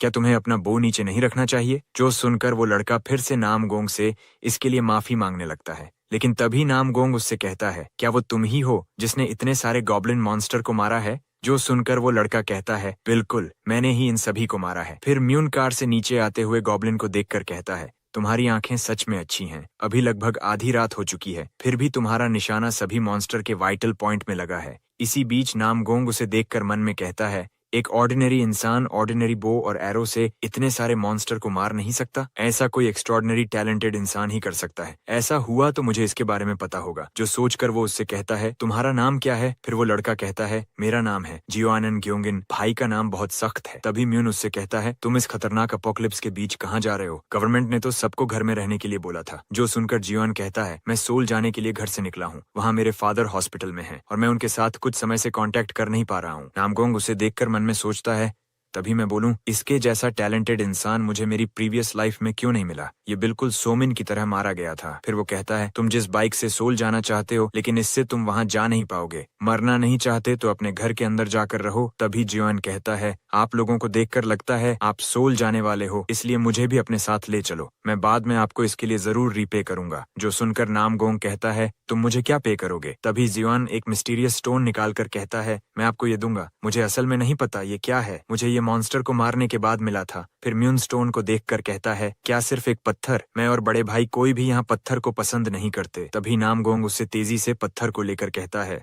जरा रुको, तुमने क्या कहा? ये पत्थर गॉब्लिन को मारने के बाद ड्रॉप हुआ है। नामगोंग को ऐसा करता हुआ देखकर म्यून तुरंत बात को घुमाते हुए कहता है, मैं और बड़े भाई हमेशा से ही कीमती पत्थर कलेक्ट करते आए हैं। क्या मैंने ठीक कहा बड़े भाई? लेकिन नामगोंग उसकी बात को नजरअंदाज करके उस पत्थर को देखकर कहता है, इस स्टोन को इस वक्त अपीयर नहीं होना चाहिए था। फिर नामगोंग उसे कार में बिठा के सियोल की तरफ जाते हुए उसको कहते हैं, तुम मुझसे कोई झूठ तो नहीं बोल रहे हो? फिर जियोन कहता है, मैं आपसे झूठ क्यों बोलूंगा? मैं सच में जब एक गॉब्लिन मॉन्स्टर को मारा था तभी उसके अंदर से ये पत्थर निकल के आया था। इसके बाद नामगोंग हमें इस स्टोन के बारे में बोलता है, ये स्टोन एक एजिलिटी रूइंस है। इसका मतलब इस रूइंस के मदद से किसी का भी एजिलिटी को बढ़ाया जा सकता है। ह्यूमन इस एपोक्लिप्स के टाइम पर 2 तरीके का इस्तेमाल करके ताकतवर बन सकता है। पहला है नेचुरली और दूसरा है स्टैट्स को इंक्रीज करके। फिर हमें इस स्टोन का डिस्क्रिप्शन देखते हैं। स्टोन नाम लो ग्रेड एजिलिटी रूइंस। इसके मदद से कोई अपने एजिलिटी को थोड़ा सा बढ़ा सकता है। जो देखकर नामगोंग मन में कहता है, नेचुरली जो स्ट्रांग होते हैं वो लोग बचपन से ही बहुत ज्यादा टैलेंटेड पैदा होते हैं, इसलिए वो लोग बहुत ज्यादा ही स्पेशल होते हैं। और दूसरी तरफ स्टैट्स को कोई भी फाइट करके इंक्रीज कर सकता है। फिर भी लोगों के बीच रूइंस का वैल्यू टैलेंट से ज्यादा है। हाउएवर बहुत सारे मॉन्स्टर को मार के भी रूइंस मिलने का चांस बहुत ज्यादा कम होता है। फिर वो जियोन को कहता है, वेल, तुम्हें रूइंस ऐसे ही मिल जाए इसका कोई भी सेंस नहीं बनाता। इसका मतलब ये किसी मॉन्स्टर को मारने के बाद ड्रॉप हुआ था। जो सुन के जियोन कहता है, क्या ये एक रेयर आइटम हो सकता है? लेकिन नामगोंग उसके बात को इग्नोर करके मन में सोचता है, जरा रुको, ऐसा तो नहीं हो सकता है। ये स्टोन उसके लक के वजह से ड्रॉप हुआ है। इतना सोच के वो उससे पूछता है, तुम आर्चरी किससे सीखे हो? नामगोंग को लगता है उसने सभी गॉब्लिन को वाइटल पॉइंट में अटैक करके मारा था, इसलिए शायद रूइंस ड्रॉप हुआ है। जो सुन के जियोन कहता है, मेरा पापा नेशनल आर्चरी के फॉर्मर रिप्रेजेंटेटिव रह चुके हैं और मैंने अपने पापा से ही आर्चरी को सीखा है। कुछ समय पहले पापा का एक एक्सीडेंट हुआ था, इसलिए वो अभी सियोल के हॉस्पिटल में है। जो सुन के म्यून कहता है, क्या नेशनल आर्चरी रिप्रेजेंटेटिव सच में? क्या तुमने तुम्हारा लास्ट नाम जियोन कहा था तो तुम्हारा बात बिल्कुल ठीक बैठता है। फिर जियोन कहता है मेरे पापा का नाम जियोन ताएहो है। उसके बाद सुन के नमगोक सोचता है पहले उसे देखकर मुझे ऐसा लगा था, लेकिन इस बार मैं कंफर्म हूँ कि ये जियोन ताएहो का बेटा है। मेरे पास्ट लाइफ में जियोन ताएहो को सब लोग रन मास्टर कहते थे, तभी उसे एक रियल डिसऑर्डर हो गया था जिसे ठीक करने के लिए दुनिया भर के सभी क्लैन एकत्र हो चुके थे, लेकिन किसी ने भी उसे ठीक नहीं कर पाया, जिससे वो 7 साल के लिए कोमा में चला गया था। तभी सभी सिविलियंस मिलके उसे ठीक करने के लिए प्रेयर करने लगे। फिर 8 मार्शल स्टार, जिसको मैं अभी तक अपोस्टल बोलता आया हूँ, उसमें से एक संतस एरिका ने अपना काफी ज्यादा पैसा खर्च करके एक एलिक्सर को उसके लिए खरीदा, लेकिन वो पीछे से संटेस होने के बाद भी उसने उसे मार डाला क्योंकि जियोन ताएहो ने उसके क्लैन ज्वाइन का ऑफर रिजेक्ट कर दिया था। प्रेजेंट में वो सोचता है लेकिन इस बार सभी चीज बहुत ज्यादा अलग होगा। तभी म्यून कहता है क्या हम पहले हॉस्पिटल जाएंगे, लेकिन नमगोंग उसे कहता है नहीं, हमें पहले रुकना पड़ेगा क्योंकि कोई जानने वाला यहाँ आ चुका है। जो सुन के जियोन घबराते हुए कहता है आपने मुझे वादा किया था कि पहले आप मुझे अपने पापा के पास ले जाओगे, अगर ऐसा न हो, कुछ बुरा हो जाए और मैं तब तक वहां पहुंच ना पाऊं। तभी नमगोंग कहता है अभी वहां जाने से कुछ नहीं बदलेगा। गॉब्लिन को देखते हुए पूरे सियोल के अंदर गवर्नमेंट ने पुलिस और आर्मी को देख रेख पर लगा दिया है। इस खतरनाक समय पर हर गवर्नमेंट पहले हेल्थ के ऊपर ज्यादा ध्यान देता है, इसलिए तुम शांत हो सकते हो। तुम देख ही सकते हो सड़क हॉस्पिटल से ज्यादा खतरनाक है, इसलिए कुछ समय तक तुम्हें हमारे साथ रहकर मॉन्स्टर को हंट करना पड़ेगा। जो सुन के पीछे से जियोन कहता है आप क्या कहना चाहते हैं? फिर नमगोंग उसे कहता है मैं तुम्हारे फादर को एक एलिक्सर से बिल्कुल पहले जैसा ठीक कर दूंगा, जिससे हैरान होकर वो कहता है क्या एक एलिक्सर? फिर नमगोंग कहता है जिसका कॉस्ट है 4 लाख डीमन हेड। इतने सारे हेड को जुटाने के लिए कोई आसान रास्ता नहीं है, इसके लिए हमें थोड़ा तो समय लगेगा। फिर गाड़ी चलाते हुए म्यून कहता है जियोन तुम्हारा लक बहुत बढ़िया है, हम लोग भी एक डंजन को क्लियर करने के लिए जा रहे थे। सोमिन भी उसे कहती है मेरे फादर का ये सेकंड लाइफ चल रहा है, तुम हमें ज्वाइन करोगे तो मैं तुम्हें गारंटी दे सकती हूँ कि तुम्हें फायदा ही मिलेगा। सेकंड लाइफ सुन के वो मन में कहता है ये कैसी बकवास बात कर रही है। फिर वो कहता है आप मान लो हमने डीमन हेड को इकट्ठा कर लिया, फिर हम कहाँ से एलिक्सर को खरीदेंगे? नमगोंग उसे रिप्लाई देता है तुम उसके बारे में मत सोचो, तुम्हें वो जल्दी पता चल जाएगा क्योंकि लगभग वो यहाँ पर आ चुका है। तभी कोई बहुत स्पीड में नेशनल हाईवे के बीच सुपर हीरो लैंडिंग करता है, जो देखकर वो तीनों घबराते हुए कहते हैं क्या ये कोई पावरफुल मॉन्स्टर था? नमगोंग कहता है बिल्कुल सही टाइमिंग के साथ आया है। फिर जिसने सुपर लैंडिंग किया था हम उसे देखते हैं, जो कोई और नहीं लिटिल यक्षा होता है, जो खा पी के बड़ा हो चुका है। वो सभी के सामने ऑरा फार्मिंग करते हुए हंसते हुए कहता है हे ह्यूमन, मैं सभी को एक बार ही बोलूंगा, इसीलिए ध्यान से सुनो। अब से तुम सभी को गॉड्स का अपोस्टल लीड करेगा और हर बार हेलगेट खोलने के बाद उतने में एक लड़की चिल्ला के कहती है सभी जल्दी से भागो, ये एक मॉन्स्टर है। जो सुन के यक्षा गुस्से में यक्षास रोअर स्किल का इस्तेमाल करके उस तरफ के सभी इंसान को एक झटके में मार डालता है और कहता है मैंने तुम सभी को पहले कहा था मेरे बोलने के वक्त शांत रहने के लिए। फिर वो बोलता है क्या तुम लोग नहीं जानते जब कोई बात करता है तब उसे ध्यान से सुनना चाहिए, इसके बाद सब नेसेसरी इन्फॉर्मेशन तुम सभी के दिमाग में ट्रांसफर हो जाएगा। इसलिए मैं तुम सभी को कुछ भी नहीं एक्सप्लेन करने वाला, लेकिन फॉर्मेलिटीज के लिए मैं बोल रहा हूँ अपोस्टल बनने के रूल्स बिल्कुल आसान होगा। लेकिन तभी साइड से एक कार हॉर्न मारता है, जो सुन के वो गुस्से में कहता है ये कौन घटिया आदमी जो मेरे बात के बीच हॉर्न बजा रहा है। जो सुन के नमगोंग कार से बाहर आते हुए कहता है ये घटिया आदमी मैं हूँ, तू छोटी सी चूहा मुझे घटिया आदमी बोल रहा है। नमगोंग को देखकर उसका ऑरा नेगेटिव में चला जाता है। फिर नमगोंग कहता है तुम बेकार यक्षा कुछ भी ठीक से एक्सप्लेन नहीं कर पा रहे हो। और उसके पीछे से म्यून कहता है बड़े भाई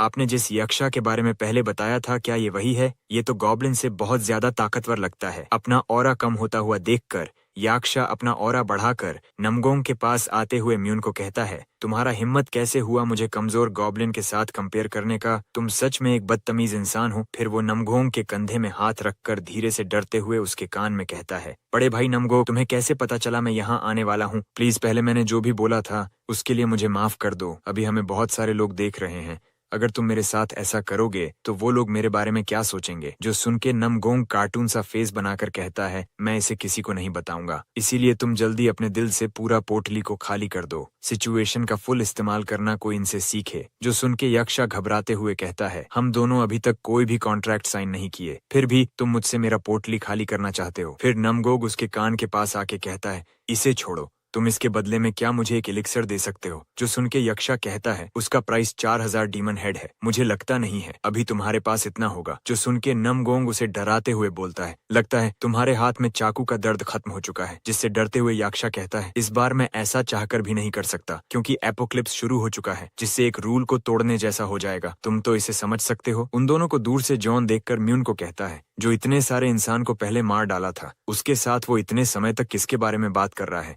जो सुन के म्यून कहता है, बड़े भाई का ये सेकंड लाइफ है, इसलिए उसका थोड़ा सा अजीब होना तो बनता है, और तुम इसके बारे में ज्यादा मत सोचो। लगता है उन दोनों का बात खत्म हो गया। फिर यक्षा जाकर फिर से लोगों को समझाना शुरू कर देता है। और दूसरी तरफ नमगोग को सोमिन पूछता है, डैड आप इतने समय तक क्या बात कर रहे थे? नमगोग उसे पोटली दिखाकर कहता है, कुछ नहीं, मैं बस उससे सर्वाइवल के लिए आइटम खरीद रहा था। फिर वो पास में डंजन को देखकर कहता है, इस पोटली में जो चीज है वो हमें डंजन के अंदर जिंदा रहने के लिए जरूरत पड़ेगा। तभी अचानक से जियोन सर पकड़ के कहता है, सडनली मेरे दिमाग के अंदर यक्ष, आमर, डंजन के सभी इन्फॉर्मेशन आने लगा है।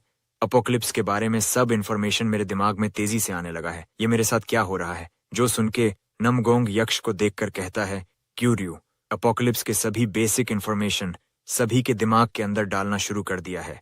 इस तरह सभी गॉड ने अपोकलिप्स का ऐलान कर दिया है। और यक्ष वहां हंसते हुए कहता है, हाँ, इंसान इस क्राइसिस में अच्छी तरीके से जीना। नमगोंग की बात सुन के जोआन मन में कहता है, क्या ऐसे सभी के माइंड में इन्फॉर्मेशन को भेजना पॉसिबल भी है? ऐसा हुआ तो सेकंड लाइफ वाली बात भी रियल हो सकती है। तभी पीछे से म्यून कहता है, बड़े भाई हम कार का क्या करें? क्या हमें इसे यहाँ छोड़ देना चाहिए? जो सुन के नमगोंग कोट निकालते हुए कहता है, नहीं म्यून, तुम इसे लेकर लो। तुम डंजन के अंदर कार को ड्राइव करोगे, जिसके बारे में सोचकर वो बिल्कुल घबरा जाता है। फिर नमगोंग उसे कहता है, ऐसा कुछ नहीं, तुम हमारे साथ डंजन नहीं आओगे। सिंचॉन में हेल गेट खुलने वाला है, तुम वहां जाओगे। हम लोग डंजन को क्लियर करके सीधा वहां मिलेंगे। जो सुन के म्यून उसे कहता है, क्या बच्चे तुम्हारे साथ फाइट करेंगे डंजन के अंदर जाकर? लेकिन मैं एक एडल्ट होकर मैं बच्चों को ऐसे खतरनाक जगह में फाइट करने के लिए छोड़ कैसे सकता हूँ? तभी नमगोंग बोलता है, तुम बच्चों की चिंता मत करो, सिंचॉन में हेल गेट खुलने वाला है, इसलिए तुम वहाँ अंधेरा होने से पहले पहुंच जाना। फिर वो और एक कोट पहन के कहता है, हमारे पहले फाइट से तुम इतना तो जान गए हो, हेल गेट के अंदर से फिक्स्ड नंबर मॉन्स्टर बाहर आता है। हम लोग उस पोर्टल को जल्दी बंद कर दिया था, लेकिन कभी कभी सभी मॉन्स्टर एक साथ पोर्टल के अंदर से बाहर आ जाता है। उसे द टाइम ऑफ डस्क कहते हैं, और ये घटना वहाँ होने वाली है। जो सुन के हैरान होकर म्यून कहता है, इम्पॉसिबल, ऐसा हुआ तो हम सभी मॉन्स्टर को मार भी डालें, फिर भी डैमेज उतना ही रहेगा। तभी नामगोंग कहता है, इसलिए तो मैं तुम्हें वहां भेज रहा हूँ। तुम्हें तो पता ही होगा मैं किसी कारण की वजह से वहां नहीं जा सकता, इसलिए तुम्हें ही सभी लोगों को प्रोटेक्ट करते हुए मॉन्स्टर को मारना पड़ेगा। जो सुन के म्यून खुश होकर कहता है, बड़े भाई इसे तुम मेरे ऊपर छोड़ सकते हो। जो देखकर नामगोंग मन में कहता है,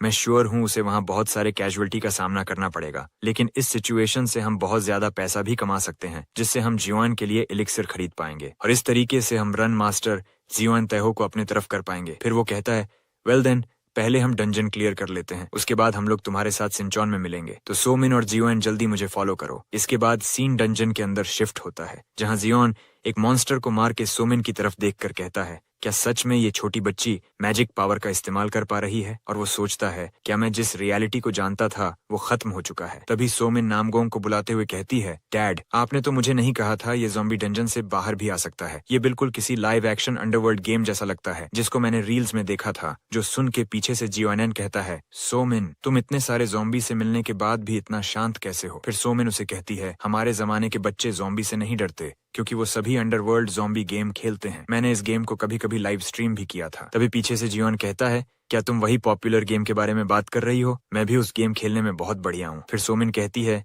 मैं इस गेम में बहुत टैलेंटेड हूँ। उस गेम में सिर्फ फ्लेम नाम का एक बंदा है जो मुझसे अच्छा खेलता है, बाकी सभी नूब हैं। तभी साइड से नामगोंग उसे कहता है, सोमिन तुम मैजिक पावर का ज्यादा यूज मत करना, इससे तुम पहली बार की तरह माना ओवरलोड की वजह से बेहोश हो सकती हो। सोमिन उसके बात को मान लेती है। इसके बाद वो एक पिलर के पीछे से छुप के जियोन को ज़ॉम्बी के ऊपर एरो से अटैक करने को कहता है। ऑर्डर पाकर जियोन भी एरो मार के 2-3 ज़ॉम्बी को तुरंत निपटा देता है। जो देखकर नामगोंग कहता है, तुम्हारा एरो बिल्कुल सभी ज़ॉम्बी के हेड पे लगा है। क्या तुम अपने फादर की तरह प्रोफेशनल एथलीट बनने का कोशिश कर रहे थे? फिर जियोन उसे कहता है, नहीं, मैंने गॉब्लिन के आने से कुछ टाइम पहले ही आर्चरी को सीखना शुरू किया था। जैसे मैं बो को उठाता हूँ वैसे ही मुझे टारगेट बड़ा लगने लगता है। जो सुन के नामगोंग मन में कहता है, क्या उसने अपनी आर्चरी स्किल को अवेकन कर लिया है? मुझे लगा था इसका टैलेंट जियोन तैहो के जैसा किसी रून से आया होगा, लेकिन मैं बिल्कुल गलत था। इतना सोचते वो कहता है, क्या तुम्हारे बॉडी में कुछ चेंजेस महसूस कर पा रहे हो? फिर जियोन कहता है, ऐसा कुछ महसूस तो हो रहा है, लेकिन मैं ठीक से कह नहीं सकता। जब मैं इसके लिए श्योर हो जाऊंगा तब आपको इसके बारे में बता दूंगा। तभी सोमिन का ध्यान जाता है ज़ॉम्बी के बीच रिवॉर्ड के ऊपर, जिसे देखकर वो कहती है, डेड रिवॉर्ड चेस्ट अपीयर हो चुका है। बोल के वो कुछ नहीं सोच के तेजी से सभी ज़ॉम्बी ज़ॉम्बी को अपने मैजिक पावर से मारते हुए रिवॉर्ड बॉक्स की तरफ जाते हुए कहती है, सबसे पहले मैं जाकर रिवॉर्ड बॉक्स को ओपन करूंगी। जो देखकर पीछे से नामगोंग उसे चिल्ला के कहता है, नहीं सोमिन, ऐसा मत करो। लेकिन सोमिन फाइट के वजह से उसके आवाज को सुन नहीं पाती। जो देखकर नामगोंग मन में कहता है, एक्सप्लोजन की वजह से मेरा आवाज वो सुन नहीं पा रही है। ये बिल्कुल मेरे पास्ट लाइफ के मेमोरी जैसा सीन हो रहा है। और वो रिवॉर्ड बॉक्स को देखकर सोचता है,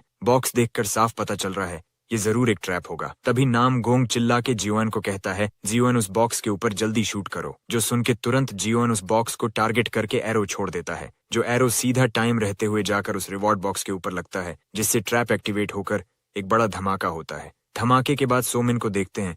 इसे मैं क्या बोलूं, मुझे ही इसके ऊपर इतना गुस्सा आ रहा है। फिर मार्सेलो धमाके को सरवाइव करके कहती है, ये क्या था। इसके वजह से हमेशा नामगोंग को परेशानी का सामना करना पड़ता है। मुझे लगता है ऑथर ने इसको ट्रबल पैदा करने के लिए क्रिएट किया था। फिर नामगोंग उसके पास आते हुए कहता है, भगवान का शुक्रिया कि तुम ठीक हो। फिर नामगोंग उसके लिए परेशान होते हुए कहता है, ये डंजन का एक ट्रैप था। अगर जॉन ने अपने हिट को मिस कर दिया होता तो धमाके की वजह से तुम्हारी जान भी जा सकती थी। तभी पीछे से जॉन कहता है, जा सकती थी नहीं, श्योर चला जाता। फिर सोमिन उसे कहती है, उस पागल जॉन को इसके बारे में पता था तो उससे मुझे इसके बारे में पहले बता देना चाहिए था। जो सुन के आप लोग जॉन का फेस रिएक्शन देख ही सकते हो। मुझे याद रहा तो मैं वो वाला मीम जरूर लगाऊंगा।